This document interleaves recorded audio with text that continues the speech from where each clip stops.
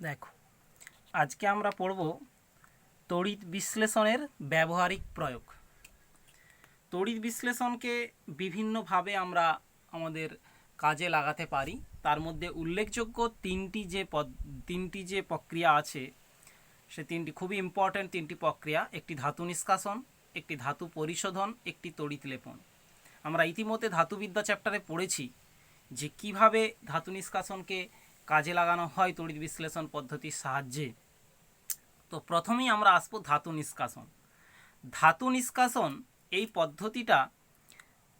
এই পদ্ধতিটার সাধারণত আকরিক থেকে ধাতু নিষ্কাশনে ব্যবহার করা হয়। তাদের ক্ষেত্রেই তড়িৎ বিশ্লেষণ প্রক্রিয়াটা লাগানো হবে যারা হচ্ছে তীব্র সক্রিয় ধাতু, অর্থাৎ যারা ধাতব তড়িৎ রাসায়নিক শ্রেণীতে যারা খুব উপরের দিকে অবস্থান করছে। তড়িৎ রাসায়নিক যে শ্রেণীটা আমরা আগের দিন পড়েছি তার উপরের দিকে যারা অবস্থান করছে তাদের ক্ষেত্রে, যেমন সোডিয়াম, পটাশিয়াম, ক্যালসিয়াম, অ্যালুমিনিয়াম প্রভৃতি তীব্র তড়িৎ ধনাত্মক ধাতুর ক্ষেত্রে আমরা তড়িৎ বিশ্লেষণ পদ্ধতিটি ব্যবহার করে থাকব।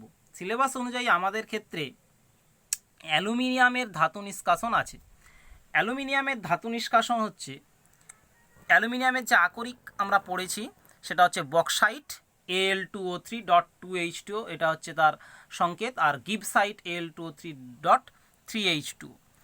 এদের মধ্যে দেখতে পাচ্ছ কেলাস জল উপস্থিত, অর্থাৎ প্রত্যেকটা বক্সাইট বা গিবসাইট এর একটা অণুর মধ্যে 2 অণু, এর আবার 3 অণু জল আছে। তো প্রথমেই কি করা হয়, এই জলটাকে বাদ দিয়ে দেওয়া হয়। শুষ্কীকরণ পদ্ধতির সাহায্যে এই জলটাকে বাদ দিয়ে দেওয়া হয়। জলটা বাদ দিয়ে দিলে, আকরিক থেকে জলীয় অংশটা বাদ দিলে যেটা পড়ে থাকে সেটা হচ্ছে Al2O3, যার পোশাকি নাম হচ্ছে অ্যালুমিনা। একে অ্যালুমিনা বলা হয়, ঠিক আছে। স্বাভাবিক অবস্থায় এর গলনাঙ্ক হচ্ছে 2000 ডিগ্রি সেন্টিগ্রেড। এর গলনাঙ্ক কত না, এই অ্যালুমিনাকে গলাতে গেলে 2000 ডিগ্রি সেন্টিগ্রেড। এবার আমরা যখনই তড়িৎ বিশ্লেষণ প্রক্রিয়া করব আমাকে কি গলিত অবস্থায় নিতে হবে দ্রবণটা। তো 2000 ডিগ্রি সেন্টিগ্রেড উৎপাদন করতে এর ব্যয় খরচটা অনেক কম।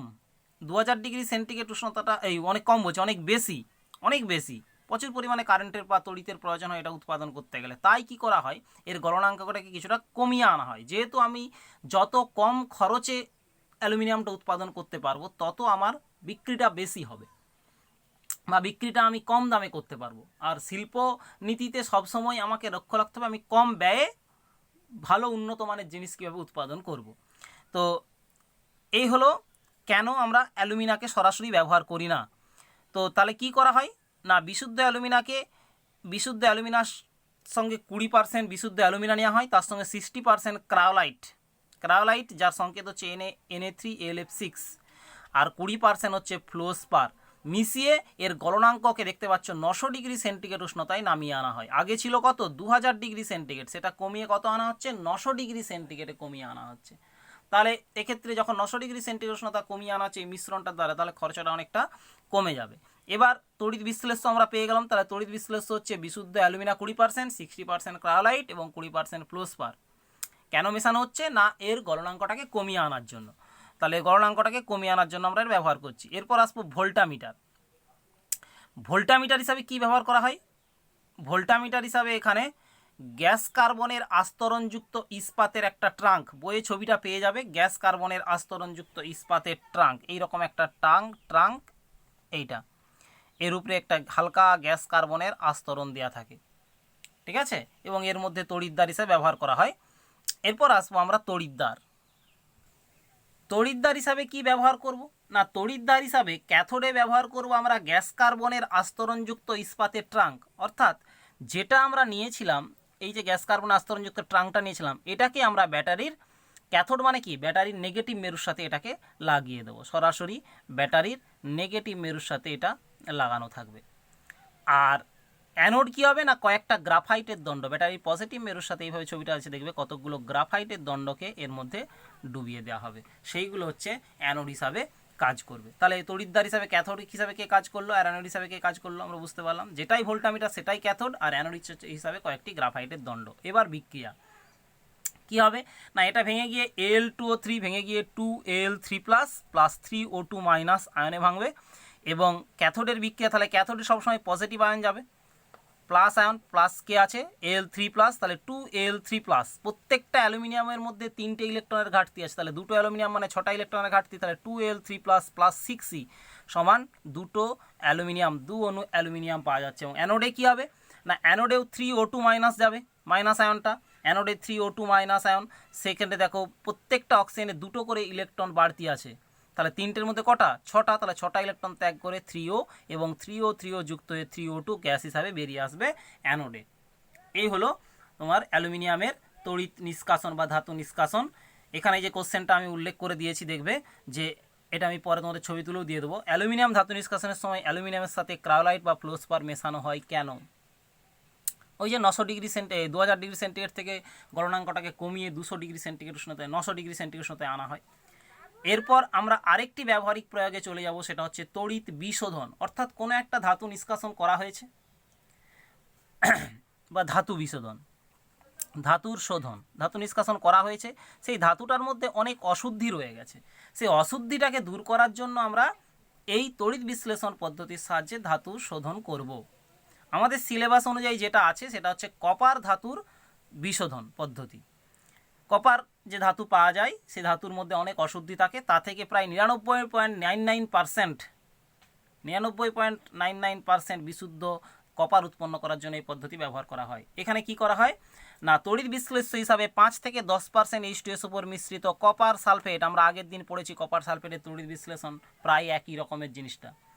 আচ্ছা, ক্যাথোড হিসাবে কি ব্যবহার করা হবে না, ক্যাথোড হিসাবে বিশুদ্ধ কপারের সরু পাত, ক্যাথোড হিসাবে থাকবে বিশুদ্ধ কপার খুব সরু একটি পাত, আবার অ্যানোডে থাকবে ওই যে অবিশুদ্ধ কপারের মোটা পাত, যেটাকে আমাদের বিশোধন করতে হবে, সেটা থাকবে অ্যানোডে।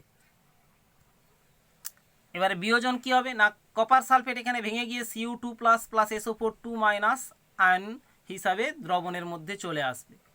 আচ্ছা, এখানে অ্যানোডে নেওয়া হয়েছিল মোটা পাত, অবিশুদ্ধ কপারের মোটা পাত, এবং অ্যানোডটা এখানে সক্রিয় তড়িৎদ্বারের মতো কাজ করবে। অর্থাৎ অ্যানোড কি হবে না, অ্যানোডে আমরা যাবে জানি কে SO4 2-, কিন্তু SO4 2- ইলেকট্রন বর্জন করার যা প্রবণতা, তার তুলনায় কপার নিজেই যে অ্যানোডে তড়িৎদ্বার হিসাবে ব্যবহৃত হয়েছে সে নিজেই কি হবে বিশ্লিষ্ট হয়ে যাবে। অর্থাৎ কপার অবিশুদ্ধ কপারের মোটা পাতটি 2টি ইলেকট্রন ত্যাগ করে Cu2+ আয়ন হিসাবে চলে আসবে, ওই জন্য ওকে সক্রিয় তড়িৎদ্বার বলছে, দ্রবণের মধ্যে চলে আসবে।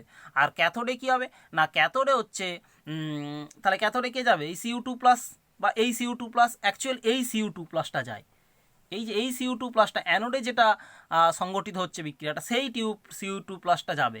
অর্থাৎ দ্রবণের মধ্যে যে Cu2+, তার গাঢ়ত্ব কিন্তু একই রয়ে যাবে, দ্রবণের Cu2+-এর কোনো রকম পরিবর্তন হবে না।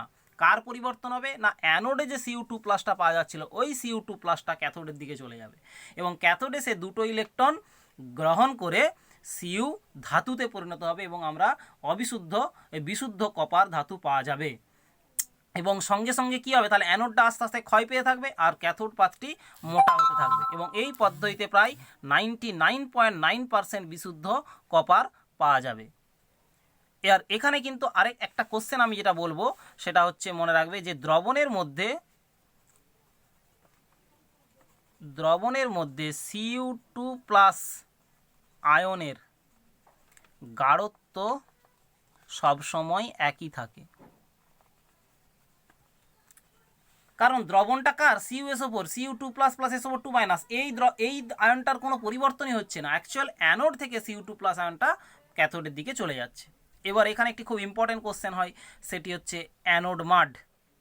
অ্যানোড মাড কি না, অ্যানোড মাড হচ্ছে এই যে অ্যানোডটা ক্ষয় পাচ্ছে, এবার অ্যানোডে তো অবিশুদ্ধ অবস্থায় ছিল, মানে তার মধ্যে আরও অনেক কিছু ধাতু বা অনেক কিছু কাদা টাদা এইসব জাতীয় জিনিস ছিল, মানে যেটা আমাদের দরকার নয়, ধাতু মল বলতে পারি আমরা। সেটাকে কি করা হবে, যখন এবারে অ্যানোডটা আস্তে আস্তে ক্ষয় পেয়ে থাকবে, এবার অ্যানোডের ধরো এইটা হচ্ছে অ্যানোড পাত, অ্যানোডের নিচে যদি আমরা একটা মসলিন, এটা অ্যানোড মানে কি ব্যাটারির পজিটিভ মেরুর সাথে লাগানো থাকবে, এখানে একটা মসলিন সুতোর জাল দিয়ে আমরা যদি এটাকে ঘিরে দিই, তাহলে এটা যে আস্তে আস্তে যখন ক্ষয় পাবে তখন এখান থেকে কাদা জাতীয় পদার্থটা এর মধ্যে ছাঁকা হতে থাকবে, তখন এইটাকেই বলবো আমরা অ্যানোড মাড। টিকার মতো পড়ে অ্যানোড মাড কি, এবং এটা কিন্তু নামটা অ্যানোড মাড হলেও এর মধ্যে কিন্তু আবার অনেক কিছু মূল্যবান ধাতু পাওয়া যায়। কি কি পাওয়া যায়, সোনা, রূপো, প্লাটিনাম, বিভিন্ন বর ধাতুগুলো এর মধ্যে পাওয়া যায়, তাই অ্যানোড মাডের গুরুত্ব এত বেশি। তাহলে এই দুটো ব্যবহারিক প্রয়োগ আজ আমরা পড়লাম। আর একটাই মাত্র ব্যবহারিক প্রয়োগ বাকি থাকছে, সেটা হচ্ছে তড়িৎ লেপন। সেটা একটু আরও ইম্পর্টেন্ট, সেটা আরেকটা ভিডিওতে আমরা বলবো বা পড়াবো। ঠিক আছে, করে নেব।